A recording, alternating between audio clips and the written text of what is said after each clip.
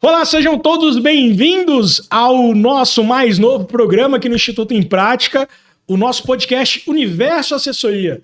Paulo, por que Universo Assessoria? Porque aqui nós falaremos única e exclusivamente sobre assessoria, seja ela de juiz, de desembargador, promotor de justiça, defensoria pública, as várias carreiras aí que precisam de assessores. Nós vamos trazer aqui juízes, promotores, desembargadores, defensores públicos, para mostrar para vocês um pouco dos bastidores da realidade, do que essas pessoas esperam para você que está nessa disputa aí para conseguir um desses cargos. Fechou? E hoje eu estou aqui com uma grande convidada, uma convidada especial, que além de ser a nossa coordenadora pedagógica, é também professora em vários dos nossos cursos. Daniela Rolim. Olá, Daniela, seja bem-vinda. Olá, Paulo. Obrigada pelo convite para participar pelo podcast. Olha aqui, um dia importante, né? Nós estamos iniciando hoje, pelo que eu entendi, não é isso? Exatamente. Os podcast, excelente. Show de bola. Ó, e vamos direto ao ponto aqui.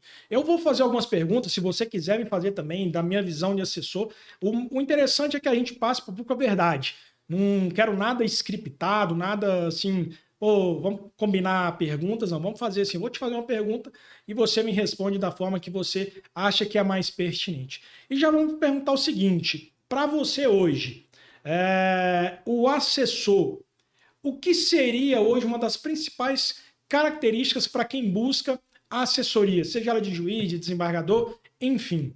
Certo, Paulo. Olha só, antes de mais nada, né, só para explicar aí para o público, eu sou magistrada, sou juíza do TJDFT, já tenho um bocadinho de tempo aí na carreira da magistratura, e o assessor, a assessoria é imprescindível, antes de mais nada, ali na atuação do magistrado. Sem o assessor, a gente não consegue. São muitos processos, é muita coisa para resolver, é advogado para atender, audiência para fazer, então o assessor é fundamental ali na atuação do magistrado. Então, o que se espera de um assessor? Eu sempre digo, o assessor tem que ser um resolvedor de problemas. Ele tem que trazer facilidade para o magistrado. Veja, eu preciso de alguém que faça uma minuta para mim. Eu vou conferir e vou assinar aquela minuta. Então, primeira coisa, ele tem que me apresentar uma solução.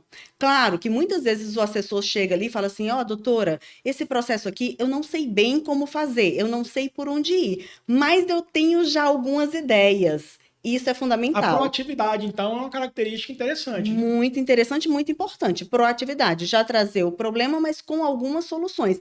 Pode ser, Paulo, que eu não goste de nenhuma das soluções que você me apresentar. Pode ser que o meu caminho seja uma terceira via que não está dentre as suas opções, mas você me apresentou uma solução e isso já te dá um ponto extra.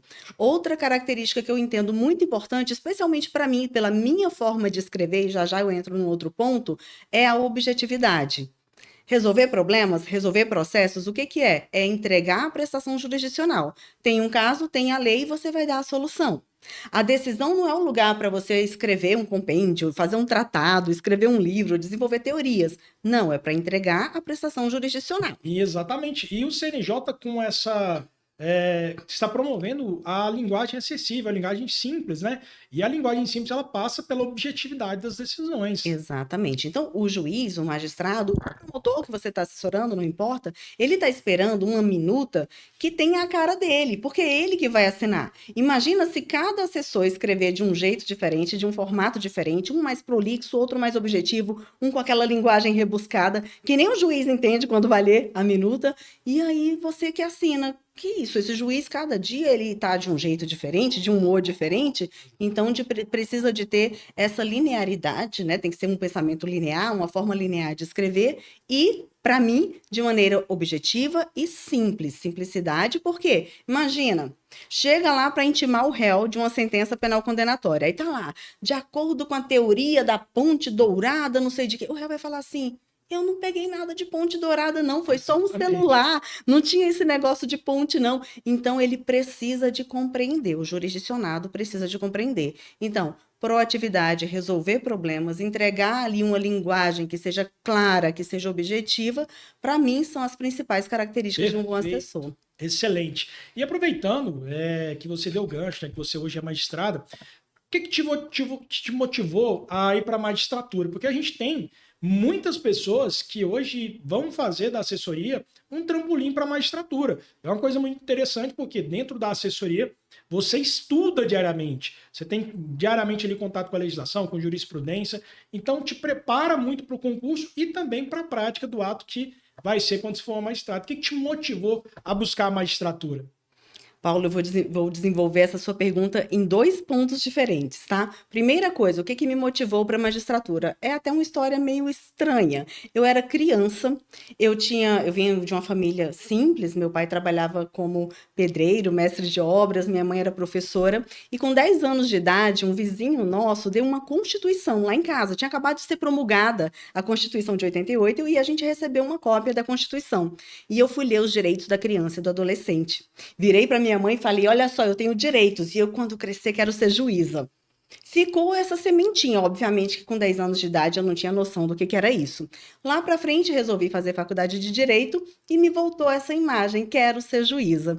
E aí fiz a faculdade, fui advogar quando terminei, entrei para o Tribunal de Justiça do DF como servidora, eu era oficiala de justiça, fiquei por quase 10 anos, mas o tempo todo com essa ideia de que eu queria ser magistrada. Estudei muito, reprovei muito, corri atrás e consegui. Enquanto eu estava como servidora, como oficiala de justiça, eu não trabalhava internamente em varas, mas eu tive 2 professores no tribunal, e aí a gente já parte para a segunda parte da pergunta, o segundo ponto que eu quero abordar, que eles eram juízes do tribunal e que me oportunizaram fazer minutas.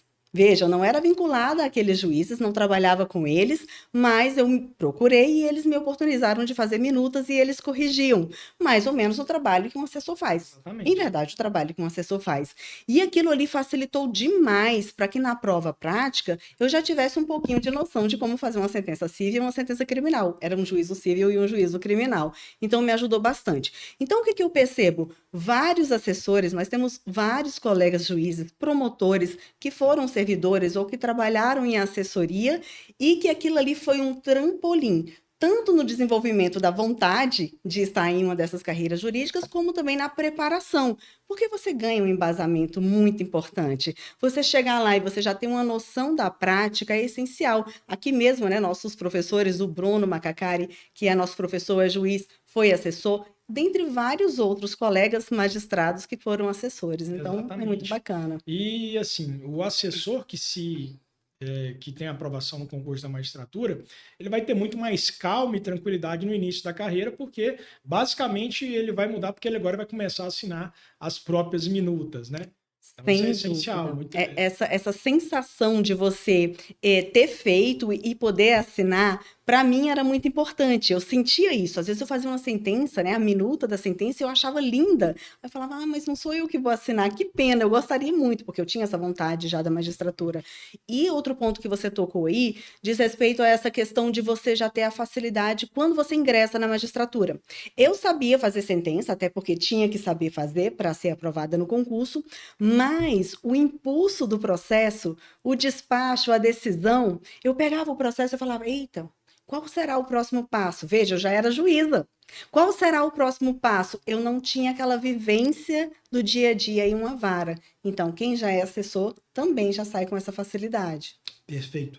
Agora, em questões comportamentais, a gente sabe que sai um pouco ali da técnica, já vai um pouco para a parte mais de convívio. Uhum. Em questões comportamentais, o que hoje os juízes esperam de um assessor? Um assessor mais contido, que tem uma inteligência emocional, mais discreto, enfim. Em termos de comportamento, quem está buscando assessoria hoje, o que os juízes esperam de quem vai entrar ali para assessorar ele? Principal ponto que penso eu que deve ser considerado é aquela pessoa que tem a capacidade de agregar e não de fazer confusão. O que é isso? Tem algumas pessoas que você percebe que quando ela está ali no grupo, o clima fica ruim, o ambiente fica ruim. A pessoa que está sempre divergindo, que está sempre discordando, veja, não é que você tem que concordar com todo mundo, todo tempo, a toda hora, mas a forma de se portar, de você se comportar, de você falar educadamente, de forma gentil, até para você discordar, fazer isso de uma forma, né, que não venha a afrontar as demais pessoas. Além disso, também é muito importante, obviamente, educação. Você vai se dirigir a um advogado. É muito comum que os assessores sejam essa porta, né? Esse vínculo entre o juiz e o advogado. O juiz está lá fazendo audiência, tem um advogado querendo falar com ele, não vai dar para falar agora. O senhor quer esperar um pouquinho ou eu posso resolver? Então, ele já se antecipar também nessa resolução de problemas e ser educado com quem ele vai lidar, com o advogado, com os colegas e com o próprio magistrado. Eu já vi relatos, né, de assessores que chegam no magistrado chateados, nossa, você mudou a minha minuta, eu não fiquei satisfeito com isso, eu não quero que, enfim. Então, entender, né, que essas relações precisam ser tratadas de forma educada, gentil, polida, que tem uma situação que você pode conversar sobre. Eu já quero aproveitar esse gancho para o seguinte, eu falo até na minha visão, o magistrado, muitas das vezes, ele tem um posicionamento e a gente pode ter outro. Sim. E eu já fiz demais isso. Cheguei e falei assim, olha, Heitor, eu acredito que, embora o senhor pense dessa forma, o melhor caminho seria esse. E aí eu levo meus argumentos. Sim. Mas tem gente que é de fato igual você falou, que acha ruim, pô, deveria ter feito assim, eu quero que essa decisão vai ser cassada e cria uma animosidade. Sim. Fala pra gente um pouco. Você é aberta a receber, por exemplo, um assessor que não concorda, talvez, ali com a sua orientação, ele tem a liberdade de falar, doutor, eu acredito que pode ser nesse sentido? Totalmente, eu até gosto disso, porque, olha, eu penso que a gente está aqui para mudar o tempo todo. A minha posição hoje pode não ser a minha posição amanhã, eu posso mudar de hoje para amanhã, basta que eu seja convencida disso. Então, o assessor chegar para mim, trazer os argumentos dele, às vezes até escrever a minuta, olha, doutora, eu fiz uma no seu sentido, mas olha essa outra aqui que eu fiz, com base naquilo que eu penso sobre esse assunto. Eu vou analisar com calma e posso me convencer e mudar a minha opinião sem nenhum tipo de problema. Isso já aconteceu algumas vezes e eu não tenho qualquer tipo de problema. A questão é quando chega e já fala assim, tá errado o seu posicionamento. Então, o assessor ele tem que ter esse cuidado, né? Não afrontar o trato, o chefe imediato, né? Exatamente. Principalmente para os tribunais que são de livre nomeação e de livre exoneração, é essencial que você seja uma pessoa de bom convívio com o time, com o seu chefe imediato, porque ninguém vai querer permanecer com uma pessoa que é uma pessoa chata, uma pessoa ruim, uma pessoa que só quer divergir, uma pessoa que já está com aquele ego lá em cima, sendo que está num cargo ali que pode ajudar ele em várias outras coisas, como de concurso. Enfim, perfeito. Agora vamos falar de um ponto aqui interessante. Quando um assessor ele erra, por exemplo, você chegou um caso no gabinete, o assessor foi lá e fez tudo errado. Como é que é essa receptividade do juiz? O que o juiz pensa? Pô, essa pessoa não sabe, essa pessoa está no lugar errado, não estuda. E até queria que você já complementasse falando um pouco da importância da qualificação constante, porque já aconteceu demais de assessor colocar jurisprudência ultrapassada, enfim. Fala pra gente um pouco sobre isso. Tá, vamos lá. Primeira coisa que eu vou responder sobre a minha ótica, sobre a minha perspectiva, tá? Para mim, quando o assessor erra, e ele vai errar, é normal que erre, é normal que eu erre, tá? Se o erro do assessor passar por mim e eu continuar a assinar a decisão e permanecer errada, primeiro, eu assumo a responsabilidade. O erro é meu a partir daqui. Mas, o que eu espero do assessor? Que ele me traga uma decisão que esteja em conformidade com a jurisprudência atual, com a legislação atual. Então, eu espero que venha uma decisão correta, porque eu vou ter que confiar, Paulo. A quantidade de processos que a gente tem no Poder Judiciário hoje, as metas do CNJ fazem com que, se o juiz não tiver um assessor em quem ele confie, ele não consiga evoluir, ele não consiga trabalhar. Então, eu preciso que a assessoria acerte bastante, mas ela vai errar.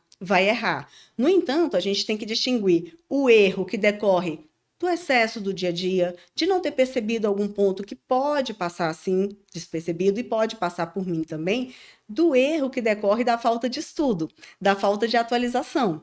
Isso aqui é que, penso eu, o magistrado vai cobrar mais diretamente da assessoria. Olha, você tem que se atualizar. Olha, esse modelo aqui está trazendo uma jurisprudência que faz tempo que não é mais assim. A lei foi alterada, mais grave ainda, a lei foi alterada e você está mantendo aqui uma decisão com base na lei antiga. Então, o assessor tem que estar em constante aperfeiçoamento. Não é só para ingressar, óbvio, tem que estudar, tem que conhecer procedimento para ingressar, mas tem que continuar, senão depois ele fica desatualizado e não vai ser mais o assessor. Perfeito, perfeito. Agora eu quero falar com você sobre um tema que muita gente vai se enxergar nesse tema, que são pessoas que terminaram a faculdade, passaram na OAB e começaram a advogar por pressão da família, ou por não ter outra possibilidade, mas não se encontram naquilo. E vem na assessoria uma outra possibilidade de fato fazer alguma coisa que gosta. Para essa galera que não se encontrou na advocacia e quer aprender sobre a assessoria, vale a pena fazer estágio, vale a pena buscar formações como a nossa. Sim, olha só, sair da faculdade é aquele momento, né? Primeiro qual faculdade eu faço? Depois, sair da faculdade e agora? Porque enquanto você está na faculdade, você está naquela zona de conforto. Não, eu não fiz nada ainda porque eu estou estudando, eu estou na faculdade. Sair, aí começa a confusão, né? Preciso de fazer alguma coisa. A assessoria, é até interessante você falar sobre isso. Como eu sou juíza do TJDFT, eu não tinha, e você sabe disso, a gente já conversou sobre isso no passado, eu não tinha essa visão tão ampla a respeito das assessorias nos tribunais do Brasil de um modo geral. E é uma carreira muito bacana, né? É uma oportunidade de estar ali em contato com o Poder Judiciário, assessorando o juiz, fazendo minuta, fazendo decisão e daí a pouco tomar gosto por alguma outra carreira e seguir em frente. Mas como é que chega lá? Como é que eu saio da faculdade e consigo uma vaga de assessoria, já que não é por concurso? Então, quando você me apresentou também, né, aqui o Instituto em Prática, eu visualizei esse mundo da assessoria e essa oportunidade de formação de assessores. Então, aqui, o que as pessoas que saem da faculdade, por exemplo, ou que estão, né, perdidas na carreira, o que encontram? Uma formação completa, prática. Porque teoria, você abre o livro. Exatamente. Teoria, você assiste uma aula de um curso qualquer que traga teoria, mas a prática mesmo, pegar na mão e falar assim, o que eu faço aqui como professora do Em Prática? Eu pego e falo assim, olha, você vai ser meu assessor. Então, você pegou uma denúncia, você vai ler isso aqui, ó, veja se é competente, ó, veja se tal coisa está presente. É aquilo que eu faço sentada no meu gabinete com quem estiver me assessorando. Olha, para fazer a minha decisão, a minha minuta, você tem que olhar isso, isso e aquilo. É exatamente isso. Então, aqui vai ter o aluno, né, a pessoa que está em formação, vai ter a oportunidade de ter toda essa visão prática de um gabinete criminal, de um gabinete civil, e daí a pouco foi lá fazer uma entrevista com o magistrado, foi lá se apresentar para um cargo de assessoria, ele vai tirar de letra, ele já sabe o que fazer, ele já sabe as respostas. Exatamente. E eu costumo sempre falar que antigamente, e eu comecei assim, a gente fazia muito estágio voluntário, depois tinha um estágio ali da graduação, e não existiam outros lugares para a gente que queria buscar assessoria se qualificar. E foi daí que surgiu o Instituto em Prática, nasceu dessa vontade de pessoas que talvez hoje estão na faculdade e querem assessoria, já poder se preparar, mesmo que não seja dentro de um estágio. Exato. Porque talvez, dentro de um estágio, como as coisas estão muito corridas, o estagiário não vai ter a devida atenção do juiz, dos assessores, vai passar aquele tempo no estágio e vai sair como se não tivesse aprendido nada. Paulo, eu vou te falar da minha experiência como estagiária em tribunal, anos atrás, isso é bem verdade, faz muito tempo, mas eu fui para um tribunal fazer estágio. O que eu fazia? À época não era processo eletrônico, era processo físico. Eu grampeava a folha, eu perfurava papel, eu numerava a página e eu rubricava as páginas numeradas. Era isso que eu fazia. O que eu aprendi ali? Olha, não era estágio de ensino médio, não. Era estagiária de faculdade de Direito. Então, muitas vezes, o estágio, ele não tem esse direcionamento para a prática, para você aprender a fazer alguma coisa. Eu fui aprender em outro estágio, em outra oportunidade, mas esse, em definitivo, não me ajudou em nada. Então, sem dúvida nenhuma, tá na faculdade, já faz aqui a formação do Instituto em Prática, a pessoa já sai anos à frente, ela já tem um conhecimento muito maior. Sai de fato qualificada, né? Eu te diria, Paulo, que ajuda até na faculdade. Eu lembro quando eu estava na faculdade, eu não conhecia nada do direito, eu estava aprendendo tudo ali na faculdade. Mas eu tinha colegas que já eram servidores de tribunal. E eles faziam umas perguntas que eu olhava assim e falava, nossa, como é que essa pessoa sabe disso? De onde ela tirou essa pergunta? Eu não fazia ideia do que estava acontecendo. Então, quando você já tem um pouco de noção da prática, você compreende mais até da teoria. Você começa aquilo que eu chamo de ir preenchendo as caixinhas do conhecimento. Você tem lá uma notícia e você vai agregando conhecimento. Perfeito. Sobre ética e confidencialidade. A gente sabe que dentro de um gabinete, a gente lida com questões muito genéricas, mas a gente também lida com questões muito específicas, algumas até saem na mídia, enfim. O que se espera da postura de um assessor que tem acesso, né, muitas vezes antes de advogados, antes de muita gente, em relação a isso? Precisa ter uma postura de fato ética, não sair conversando em grupinho de amigos, não ficar mandando foto de processo em grupo de WhatsApp. Sem dúvida nenhuma. Hoje, com as redes sociais, isso é um fator de muita preocupação. Porque sempre foi um problema, essa questão de ética, de sigilo, sempre foi um problema, né? De você ter essa preocupação de não vazar para a mídia uma informação relevante. A gente está lidando com pessoas, privacidade. Então, tem muita coisa importante ali que não pode sair por aí falando. Mas hoje, com rede social, que as pessoas querem, né? Tá lá, tá trabalhando no gabinete, aí tira uma foto. Essa foto aparece alguma coisa que não poderia aparecer, um processo sai ali no fundo da imagem, enfim. Então tem que ter esse comprometimento. Olha, eu estou trabalhando, estou assessorando um juiz, por exemplo. Tem coisas aqui que eu só sei porque eu estou aqui. E se for para alguém mais saber, não vai ser por mim que isso vai acontecer. Eu, como magistrada, tenho esse cuidado, tenho essa preocupação. Então, o assessor ele tem que espelhar essa preocupação também, porque você pode expor as partes, você pode expor o magistrado a quem você está assessorando. Então, já aconteceu de antes de eu ir embora da vara, a decisão, a sentença que eu acabei de proferir, que à época demorava um tempo para ser publicado, já está na imprensa. Como assim? Então, saiu de algum lugar de onde não deveria ter saído, não naquele momento. Se fosse o caso, na época certa, no momento correto, seria divulgado. Então, o assessor tem que ter essa postura. Quem quer que trabalhe no Poder Judiciário de um modo geral, tem que ter essa postura, a preocupação com as partes.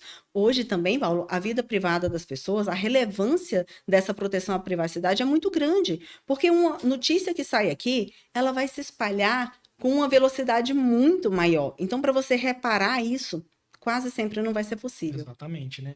E então o assessor, quem está pleiteando isso, precisa entender também da responsabilidade que é o cargo, né? Muito É grande. um cargo muito relevante, você vai contribuir para o sistema de justiça, mas tem as suas responsabilidades e também tem as suas consequências caso você viole algum dever funcional, né? Exato. Porque muito embora a maioria dos tribunais seja ali por livre nomeação, a partir do momento que você é nomeado, você se torna ali um servidor, ainda que transitoriamente, então você pode, além de todos os benefícios que eventualmente tem, você também tem as sanções. Claro. Então é preciso ter essa postura ética. Sobre inteligência artificial, que é o grande hype do momento, né?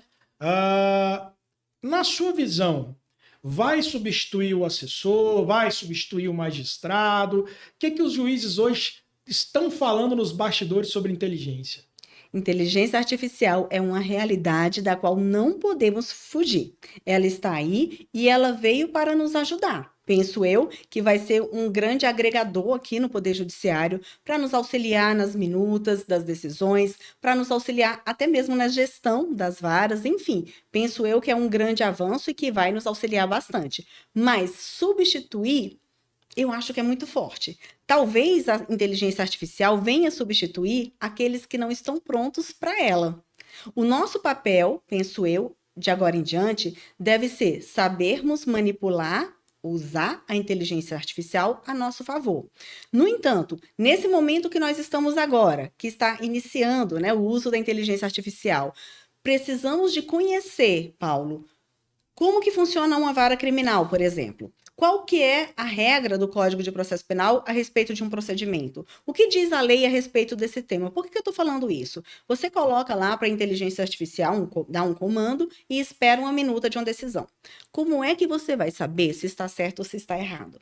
Você vai passar para o juiz e esperar que ele te chame e fale, pelo amor de Deus, o que foi isso? Onde você tirou isso? Ou você vai corrigir, vai dar o comando correto, vai aprimorando, porque é isso que nós estamos fazendo agora. Ou inteligência artificial, esse negócio aí não está tão inteligente assim. Bora melhorar. E você dá o comando em conformidade com o que você espera. E só espera alguma coisa, quem sabe o que esperar. Como é que você vai dar um comando se você não tem ideia do caminho? Então, isso é coisa muito séria, Paulo. Se a pessoa não estiver se aperfeiçoando, ela vai ser substituída pela inteligência artificial. Exatamente. Mas pela inteligência artificial comandada, somada com alguém que conhece da lei, conhece da organização de uma vara e conhece da inteligência artificial. Nós temos que ser esse aqui, ó. o que está no topo, sabendo disso e daquilo e resolvendo os problemas. Exatamente. Então, o assessor, muito embora aqui no Instituto a gente já tem um curso voltado, né, de inteligência para assessores, mas eu sempre friso que antes desse passo é muito importante para quem não fez a formação fazer para ter a base, para ter a noção do que ser feito. Porque se eu mando um prompt, um comando para a inteligência e ela vai e alucina, ela me manda uma coisa totalmente diferente ali do que era para aquele momento, para aquele conjunto, para a estrutura do ato, eu vou saber que aquilo não deveria estar ali. Exatamente. Então é preciso, antes de querer, de fato, dominar a inteligência, dominar as bases ali legislativas, o processo em si, para depois ir para a inteligência. Porque a gente consegue te ensinar. A gente consegue ensinar quem está assistindo a usar para assessoria. Como é que você vai fazer um relatório, como é que você faz uma fundamentação, como é que você faz dupla verificação usando inteligências diferentes, mas antes de tudo é preciso ter domínio da base. Sem a base não adianta querer avançar, porque imagina só, muita gente talvez está se agarrando na inteligência, vai fazer um teste para uma seleção de assessor. E aí o juiz ele vai lá e coloca 2 preliminares, que existe uma ordem para ser analisado. Sim. Porque pode ser que se acolhida a primeira, nem precisa analisar a segunda. E aí ele joga lá na inteligência artificial, a inteligência artificial atropela tudo, ou vai lá e coloca as 2 lá dentro do mesmo ponto, sendo que uma nem precisaria. Então é preciso, antes de tudo, você dominar a base de conhecimento, de funcionamento de um gabinete, para depois avançar para a inteligência artificial, que, como você falou, é uma coisa que é realidade e que de fato, acelera muito a produtividade se você souber manusear. Sim. E outra coisa, imagina, o candidato a uma vaga de assessor. Ele faz lá uma minuta maravilhosa, fez em casa, usou inteligência artificial. O juiz chama para uma entrevista.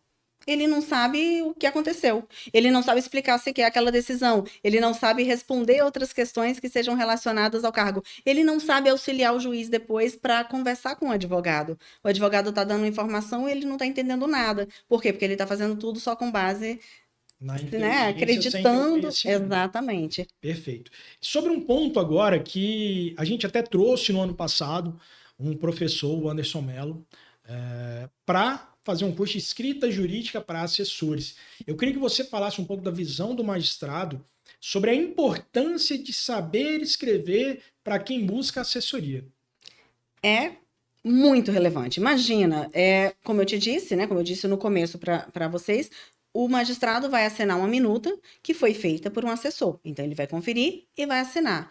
Imagina se essa minuta está muito mal escrita, com erro de português, com falta de clareza. Então, a escrita jurídica é fundamental. Conhecer o português, conhecer a forma de trazer ali uma escrita jurídica que seja simples, né? Sem aquela história que a gente via antes, com aquele tanto de palavra complexa, complicada. Já me aconteceu, Paulo, uma situação interessante. Eu, como juíza substituta, passando em diversas varas, né? Cheguei em uma delas para passar um único dia. Quando me chegaram as minutas, eu li e falei assim, gente, eu não estou entendendo nada. É sério, eu não entendia. Eu chamei a assessoria e falei assim, eu estou deferindo ou estou indeferindo esse pedido? Porque eu não conseguia compreender. Tão rebuscada era a escrita daquela assessoria. Então, essa parte de escrita jurídica é muito relevante. Erros de português também é um problema sério. Imagina, você está ali na correria, o juiz está ali na correria e acaba um parágrafo lá, ele não prestou atenção e assinou. E está com um erro horrível de português. Isso sai até na mídia. Olha aqui o que o juiz está fazendo, o que a juíza está fazendo. Então, é imprescindível o domínio da escrita. Para tudo, né, Paulo? Para a gente poder escrever direito na vida real, em outras situações fora da assessoria. A questão do raciocínio jurídico, ele passa muito por você tirar da sua cabeça e organizar as ideias dentro de uma minuta. Raciocínio jurídico, esse é outro ponto que faz muita falta, tá? Às vezes a pessoa sabe a lei, a pessoa sabe a jurisprudência, ela lê o processo, mas ela não consegue concatenar as ideias. Muitas vezes você consegue uma resposta, uma solução para um problema, para um processo, pelo raciocínio. E isso falta muito, a gente sente muita falta disso em várias, né, pessoas com quem você convive ali na prática, no dia a dia do Poder Judiciário. Então, é muito relevante o raciocínio jurídico. Perfeito. Outro ponto importante e que a gente também se preocupa com isso aqui dentro do Instituto, a gente até tem um módulo, né, dentro da formação, é sobre gestão de gabinete. Querendo ou não, o assessor, ele auxilia o juiz na gestão dos prazos de audiência, dos prazos processuais, da agenda do magistrado, que muitas das vezes assume um plantão. Então, essa capacidade de gestão também é uma boa qualidade para quem busca a assessoria. É muito importante. Quando estou falando sobre gabinete criminal, por exemplo, eu sempre deixo muito claro: olha, a pauta de audiências, você vai ter que gerir a pauta. E se você não prestar atenção, daqui a pouco um processo, você vai ter uma prescrição de um crime. Porque você não se atentou que estava prestes a prescrever e foi deixando para lá, porque o réu estava solto e você priorizou o preso. Tem que priorizar o preso? Tem. Mas se tem um para prescrever, você joga para cá. Então você vai gerindo o tempo todo essa necessidade de revisitar, revisar as prisões preventivas a cada 90 dias. Como que você gerencia isso? Você tem que ter uma planilha, você tem que ter uma organização. O magistrado, em definitivo, não consegue fazer isso. O magistrado não consegue fazer muita coisa sem assessoria. É muita coisa, Paulo, é muito processo, é muita gente, é muita situação. Então, a assessoria vai ter que estar aqui também com essa parte da gestão de gabinete e sem ela, não vai para frente. Perfeito. E para a gente finalizar esse bate-papo, agora que você assumiu aqui a nossa coordenação pedagógica, montou, criou ali uma nova formação, o que a galera que vai entrar na formação pode esperar dessa nova atualização, desse novo formato? Ah, Paulo, isso aí chega, os olhos brilham, tá, para responder sobre isso. Eu fiquei muito feliz com o seu convite de estar aqui à frente da coordenação pedagógica dessa formação, porque eu tive aqui o interesse de ponta a ponta de montar uma formação que realmente venha a atender os anseios do magistrado, que daqui a pouco vai receber assessoria, mas especialmente dos assessores, para que eles saibam o que estão fazendo, para que eles tenham aqui uma formação que seja completa, que passe por todas as matérias mais relevantes dentro de uma assessoria, principalmente sob a perspectiva prática. Então, eu não tenho dúvida de quem está aqui chegando para essa formação vai ter um material, um conteúdo de qualidade, com professores que são magistrados, que estão ali também com essa demanda diária de assessoria, também assessores, né, que podem nos auxiliar em alguns pontos, trazendo funções relevantes, pontos relevantes da assessoria. Então, é uma formação completa, com prática de ponta a ponta, para que o assessor saia daqui, pronto, ele vai sair daqui efetivamente assessor. E se alguém está assistindo e fala assim, olha, eu estou começando do zero absoluto, será que de fato eu vou sair pronto para assessorar? Aí que é bom. Esse que está começando do zero, que vem sem qualquer tipo de perspectiva de vício, a gente fala, né? Às vezes a pessoa chega assim, não, mas isso aqui eu já faço desse jeito, mas não é desse jeito. Então, bora, do zero. É pegar na mão mesmo. A gente está pegando na mão do assessor e está falando assim, ó, você vai ter que olhar isso, isso e isso. Claro, Paulo, que eu vou partir do pressuposto que a pessoa que está vindo aqui com a gente, ela tem um mínimo de base teórica, né? São pessoas que terminaram faculdade. Ah, mas tem muito tempo que eu terminei. Essa parte a gente corre atrás, a gente vai lá no livro, dá uma revisada, porque os professores vão passar pela teoria também, tá? Naquilo que for necessário e suficiente para a parte prática. Mas na prática mesmo é ponta a ponta. É do básico, é da análise inicial de uma petição, por exemplo, inicial, é da análise de uma denúncia, tudo que o assessor precisa de olhar para proferir uma decisão correta. Perfeito. E a gente tem muitos alunos que ainda estão na graduação,